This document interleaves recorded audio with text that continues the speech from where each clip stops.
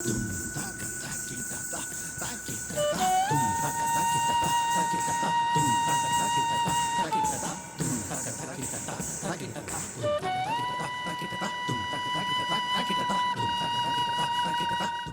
I started back after delivering my kids, I really disliked my stretch marks on my tummy. When I came back to the studio with mirrors all around me, I had no idea how am I going to face them. So, I'm not a kind of a person, this is again, not me, this is something that dance has taught me, to not just ignore things or to not face them. You have to face them, deal with them with pride, and come up with the solutions. And don't give up till you find the solutions. So what did I do? With the room full of students, half of my age, I wore the shortest crop top possible and showed all my stretch marks while I was dancing, teaching and acting. Of course I knew that everybody's watching at my stretch marks.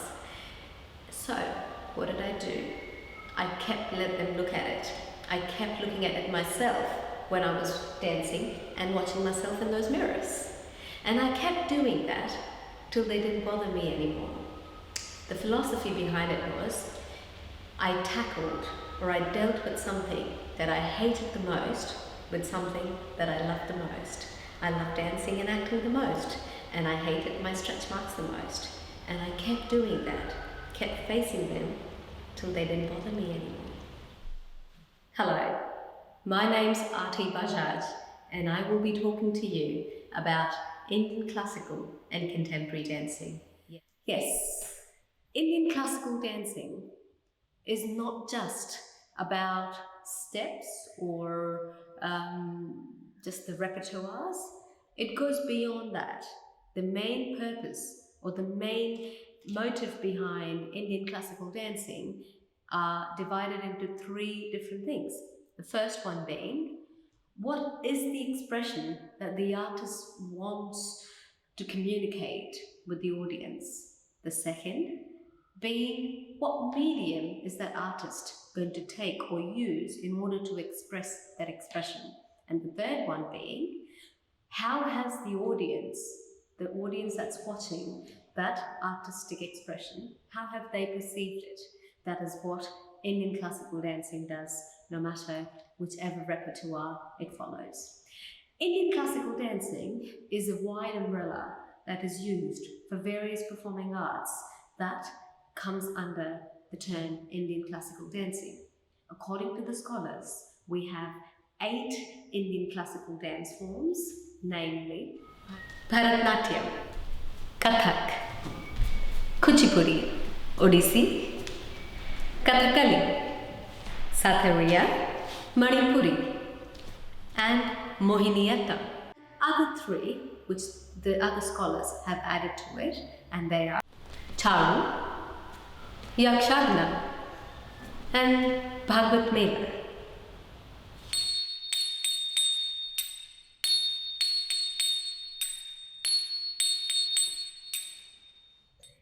Indian classical dancing, no matter which one you perform or learn, has 3 different components in it, namely Nrit, Nritya, Natya. Now let me explain you a little bit more about each one of them. So Nrit is an abstract, or it's a composition of various steps where there is no storytelling, there is no expressional addition to the dance form that you're doing, but it is a composition of various steps that showcases your strength, your agility, your calculation towards combining your steps with the beats, with the performance. It shows your command.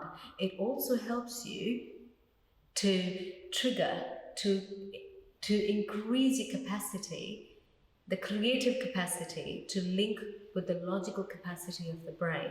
Basically, Nrit helps you to connect both sides of your brain. Let's talk about Nritya. Nritya is a component where storytelling becomes a very important part of the dancing sequence. It doesn't just do steps, but there is always expressions and a part of story that needs to be told using lots of nrit components into it as well. You use different hand, eyes, face, legs, hands, everything together to convey the story or the expression that you're trying to say. That is nritya. What does nritya do? Nritya tells a story, but also uses multi-dimensional parts of the stage so that the story can be propagated or can be said to the audience in the best possible manner. And now coming to Natya. Indian classical dancing is not just a dance form. It has always been called as Nritya Natika, which means dance drama. Indian classical will always tell stories using dance as the main tool, but is always telling stories, which means there's always natak, natya in it, which means drama in it. So natya is basically a musical, a play, and using different hand gestures, you're telling that story, where story becomes the main component and all other body parts or all other steps take the secondary seat, is where the natya comes in. This is how you start and end any Bharatnatyam repertoire or a session. So let's start again. 1, 2, 3, 4, touch, touch, go out, seek the blessings, humbly. So the construct of steps, or the collection of steps that I just did, which is called as namaskar, which you perform before and after your dance session or a dance performance, is for two main reasons. One, in Indian philosophy, you believe that energy can neither be created nor be destroyed. So you, before you start the performance, you want to humbly request to gain that energy from your surroundings and from the earth, and once you've utilized it throughout your performance, you give it back so that it can be used again whenever necessary. So that's one part of the namaskar. And the second part, or the second meaning to it, is in Indian philosophy you do consider earth as goddess earth. And even before you start your dance performance or a repertoire, you're asking for forgiveness because you're telling Goddess Earth that you will be using your feet more harshly than normal while you'll be performing the repertoire. Hence you seek for forgiveness, and you're telling that while I do, please forgive me, but at the same time give me the energy that would be required to keep doing my performance. Once you've asked for forgiveness, you come up and then you seek blessings from 1, 2, and 3, which is right up here are all the gods, goddesses, the energies in the universe. You're asking them to give you that energy, that blessing that you would require to perform the next repertoire or the session. The second one is right here, next to your forehead. It is for your teacher, a teacher that is giving you all this knowledge or has given you this beautiful asset that you will be performing or utilizing on the stage. You seek blessings of that teacher, and before you start, you bring your hands next to your chest. And this is for the audience, for the people watching you, and you're telling them, thank you for coming, and also thank you for being an amazing audience, and I seek forgiveness in advance in case I don't get up to your expectations. Okay, so let's start with some basic steps, movements in Bharatnatyam, an Indian classical dance form. But before we go into any steps or movements, we need to know some basic positioning of the body when we go and do Bharatnatyam. So starting with the first one, which is called stomach, a basic standing position. So your head, all of it becomes one unit, of course. So you keep your head at your eye level, chin up, and Feel the tangent, feel that body is connected, this unit is connected to your entire body. Coming down to your chest and your shoulders, push it back. Feel the scapulas more than you feel the front of the chest. Let those scapular blades come together. Push it in and chest out. Now coming down to your abs, your core and your pelvis. Normally, in Indian classical dances, and also for Indian stature, most of the times, we are more used to a lordotic curve in our pelvis. We have to make sure that we tuck our pelvis in and engage our core and keep our core engaged all the time. It becomes one unit from here till here. Now coming, squaring our pelvis properly, keeping our knees, our quads engaged. When I say quads engaged, you're not pushing your legs behind, you're not putting force on your knee backwards, but you pull your quadriceps upwards. So I've engaged my entire system now, all the way from knee to the head, coming down to my legs below knee, and I can see that I have slowly fanned my toes and equally distribute the weight throughout my both feet. And now, this is my one unit. And hands back, in Pataka, go back. This is my Sthanak position.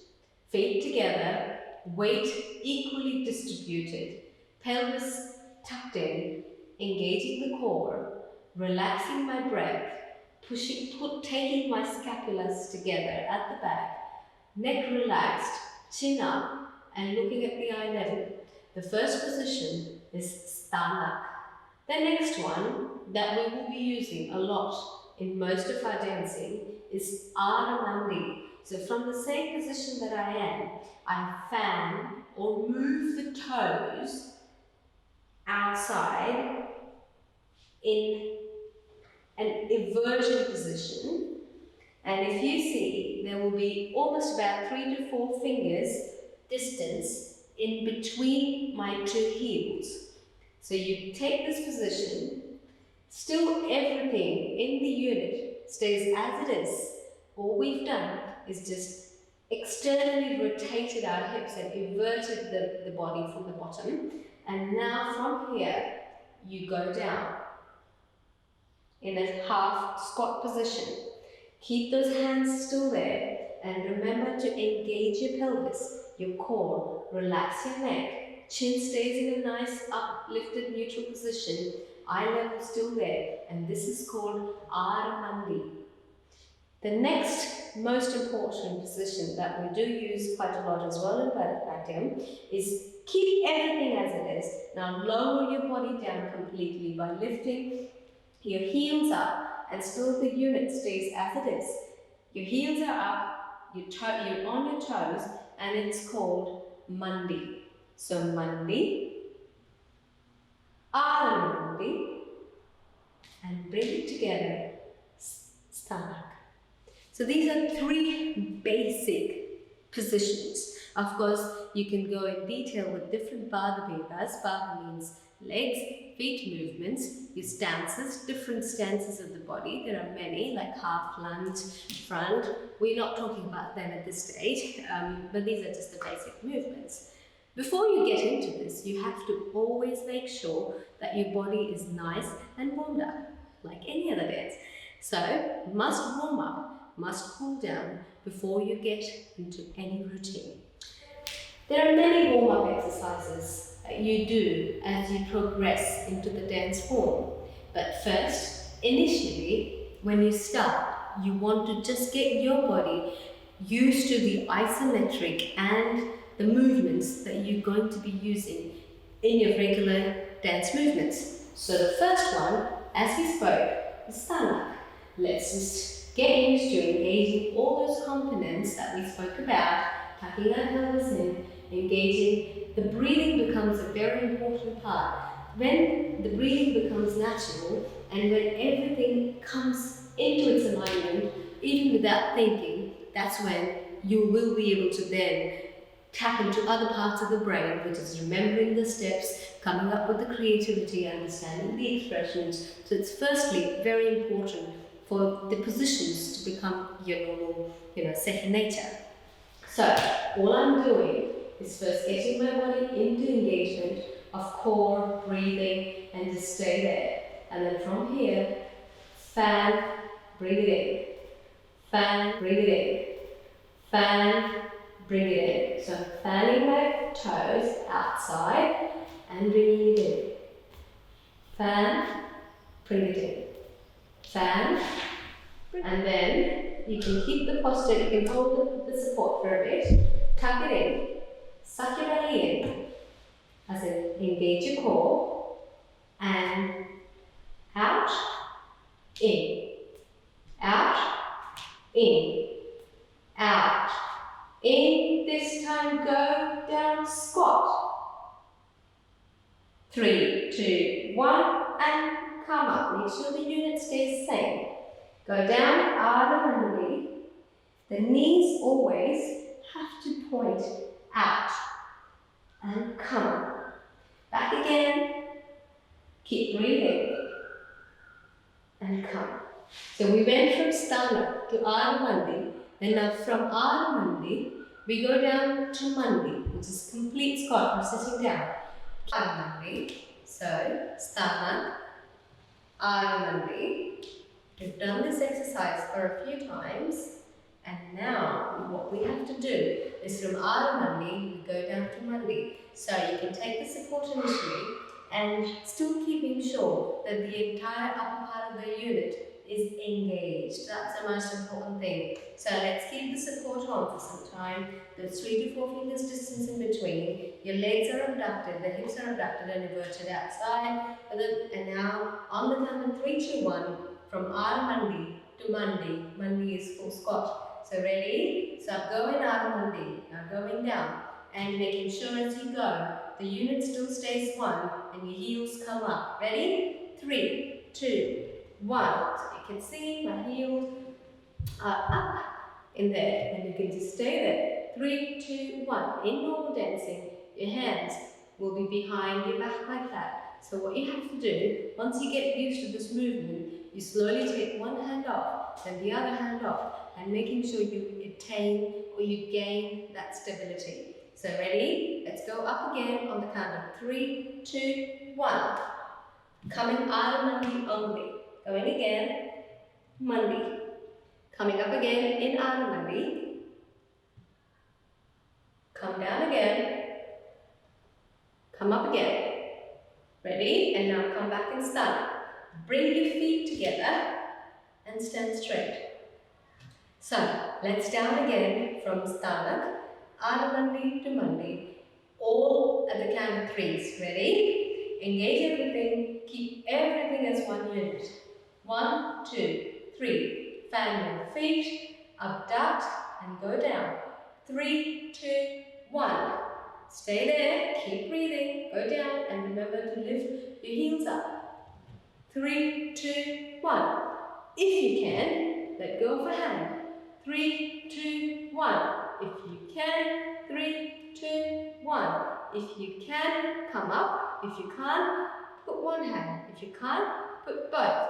Make sure you don't drop your body down like this. Okay? So from here, just in Ardha Mandi. 3, 2, 1. Then bring your knees together, feet together, body straight. 3, 2, 1. These were just basic positions, mostly used in the dance repertoires. So we went through Sthana, Ardha Mandi and Mandi. There are many steps where you use jumping movement, slight jumping movement when you're in Mandi, which is full squat. Yes, that's correct. So many times it's a good warm-up exercise, but also it's nice for your body to get used to it. So what you normally, I'll go straight down and I'll show you how it's done. So you keep everything engaged and then you can hold initially till the body gets used to it, and all you do is jump. 2, 3. Then you slowly take one hand off and then jump. 1, 2, 3. If you can, you take both off and and do small jumps. 1, 2. Hold on again. Always bring it up straight and come up.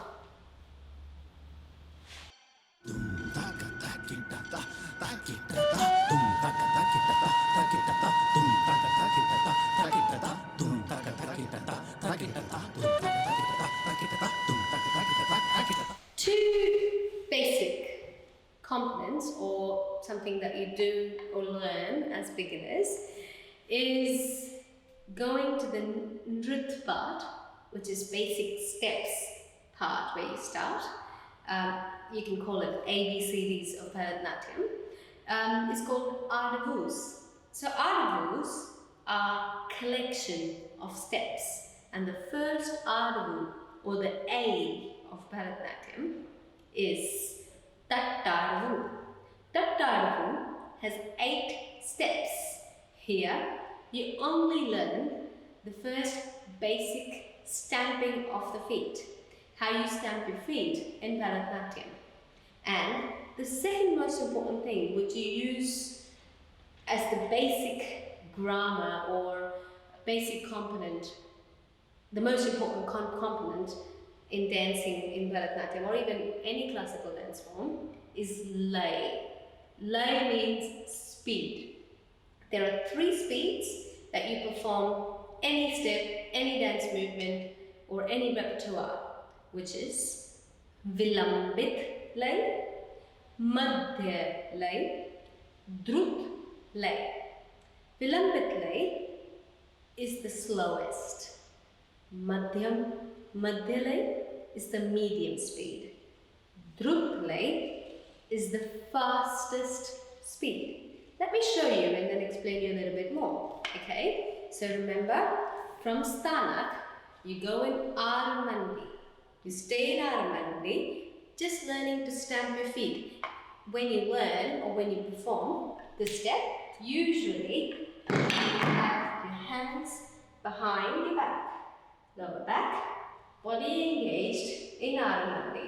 This is the position that you maintain throughout your step in all 3 speeds. I will take my Kathakali and Falak. I will explain this piece of instrument soon as well, but let me just show you how to do it. So first step of Tattaravu is right and left, right and left. Okay? Yeah.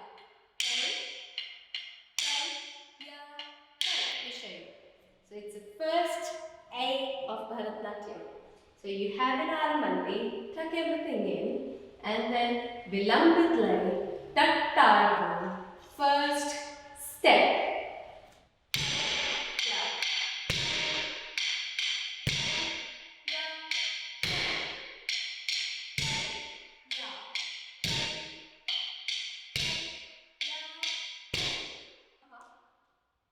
Next one is madhya lay. So this was in vilambit lay, the slowest speed. Going to the madhya lay for the first step.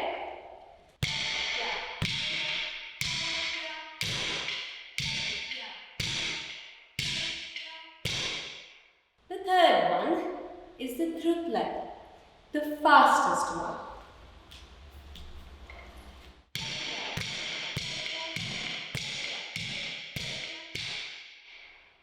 Most important thing that the dancer or the beginner has to learn is to avoid the tent, which would be you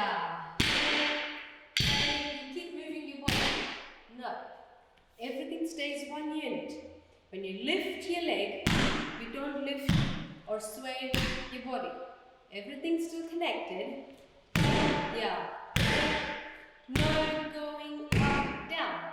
Everything stays one in all the speeds.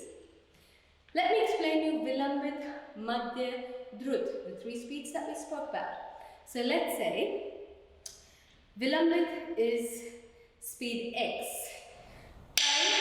Yeah. Yeah.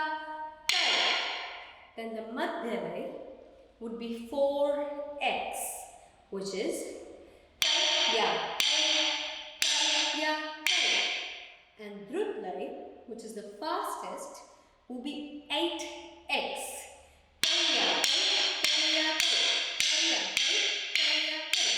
Which means Vilambit to Drut will be 8 times faster. Ya, ya, Madhya, ya, ya, ya,